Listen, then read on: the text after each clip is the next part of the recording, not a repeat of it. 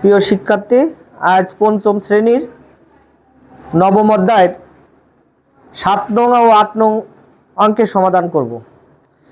7 নং প্রশ্নটা হচ্ছে, এখানে আমি লিখে রাখছি 7 নং প্রশ্ন। একটি দোকানে 1800 টাকার পণ্য 20% কমে বিক্রয় করা হলো। পণ্যটির বিক্রয় মূল্য কত? কি চাইছে? পণ্যটির বিক্রয় মূল্য। তাহলে এই 20% মানে কি? 100 টাকার 20 টাকা। এই পার্সেন্ট মানে হচ্ছিল 100 টাকার 20 টাকা। এখন কমে হলে 100 থেকে কি বিয়োগ হবে, আর বেশি হলে কি 100 থেকে যোগ হবে।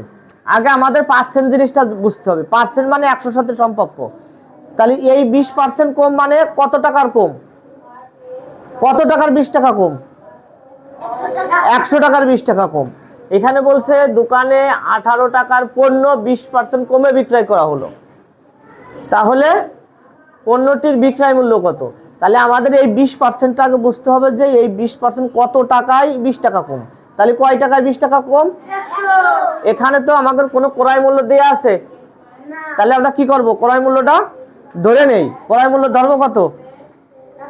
100 টাকা ধরি। সমাধান দেখো, সমাধান ধরি ক্রয় মূল্য, পণ্যটির ক্রয় মূল্য, পণ্যটির ক্রয় মূল্য কত? 100 টাকা। তাহলে 20% কমে বিক্রয় মূল্য কত হবে? কমে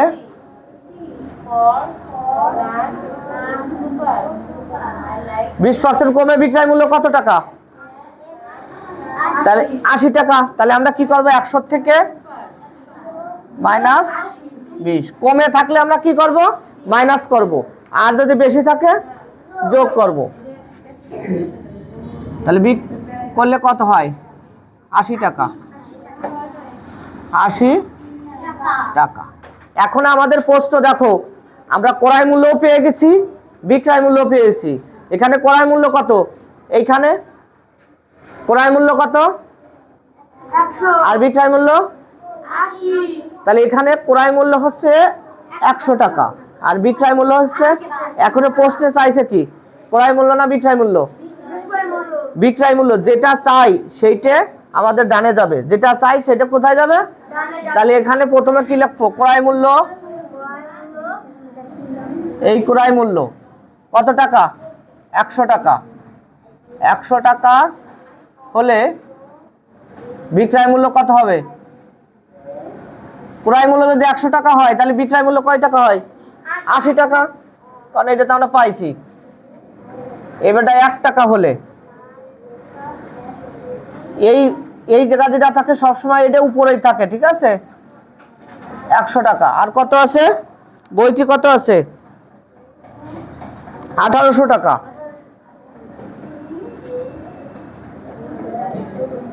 এই যে এই 1800 সবসময় জন্য উপরে যে গুণ হবে,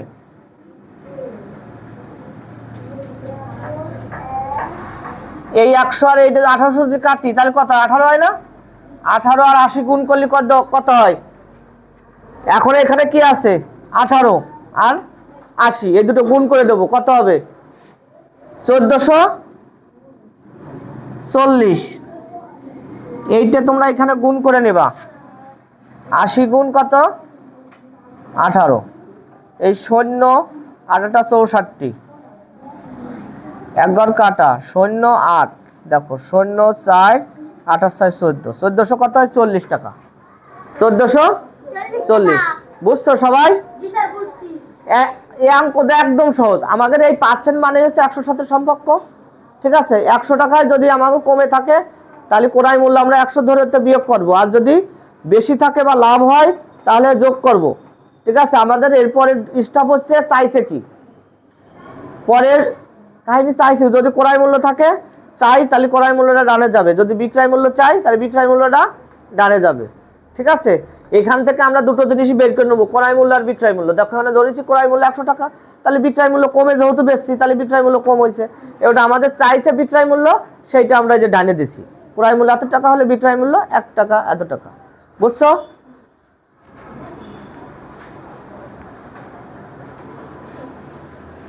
আজ 8 পর্ব হচ্ছে, দেখো 8-এর প্রশ্নটা আমি তুলে নিয়েছি। একজন বিক্রেতা কৃষকের কাছ থেকে এক ঝুড়ি সবজি কিনে হচ্ছে 40% লাভে 6300 টাকা বিক্রয় করলেন। সবজির ক্রয় মূল্য চাইছে, তাহলে এটা কিসে লাভে না ক্ষতিতে বিক্রয় করছে? কত? তাহলে এখানে কি হবে? এই 40% কত টাকার 40 টাকা সে লাভ করছে? 100 টাকার 40 টাকা সে লাভ করছে। এখানে পার্সেন্ট থাকা মানেই 100 টাকার সাথে সম্পর্ক। তাহলে সে লাভ করছিল কত টাকাতে? 100 টাকায় সে 40 টাকা লাভ করছে। ঠিক আছে, তাহলে আমাদের চাইছে সে বিক্রয় করছে এত টাকা, চাইছে ক্রয় কিনছিল কত দেখ। তাহলে আমরা ওই একই নিয়ম, ক্রয় মূল্য আর বিক্রয় মূল্য প্রাথমিক বের করে নেব। তাহলে যদি আমি ধরি ক্রয় মূল্য কত ধরবো? 100 টাকা। তাহলে ধরি একই নিয়ম, ধরি ক্রয় মূল্য কত? 100 টাকা। তাহলে 40% লাভে বিক্রয় মূল্য ব্যাসপ আমরা এখন লাভে বিক্রয় মূল্য হবে। ক্রয় মূল্য তো ধরেই নিছি, বিক্রয় মূল্য কত টাকা হবে? বিক্রয় মূল্য আমরা যত লাভে বেশি, তাহলে 100 টাকাতে কিনছিলাম, বেশি 140 টাকা। তাহলে এখানে 40 টাকা সমান কত হচ্ছে? 140 টাকা। এবারটা প্রশ্নে চলে আসো। প্রশ্নে কি চাইছে? ক্রয় না বিক্রয়? প্রশ্ন দেখো, এই যে সবজিটির ক্রয় মূল্য কত চাইছে, কি ক্রয় মূল্য। তাহলে ক্রয় মূল্য কোন দিকে যাবে? ডান দিকে যাবে। তাহলে বিক্রয় মূল্যটা এই দিকে থাকবে আর ক্রয় মূল্যটা ওই পাশে চলে যাবে। প্রশ্ন সহজ। তাহলে বিক্রয় মূল্য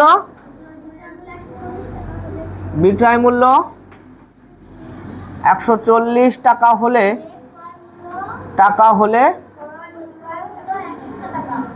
ক্রয় মূল্য কত টাকা? 100 টাকা। এবারে 1 টাকা হলে এই যে 100টা সবসময়ের জন্য এই পাশে যেটা থাকবে সেইটা উপরে থাকে। আর 6300 টাকা কয় টাকা সে বিক্রয় করছিল?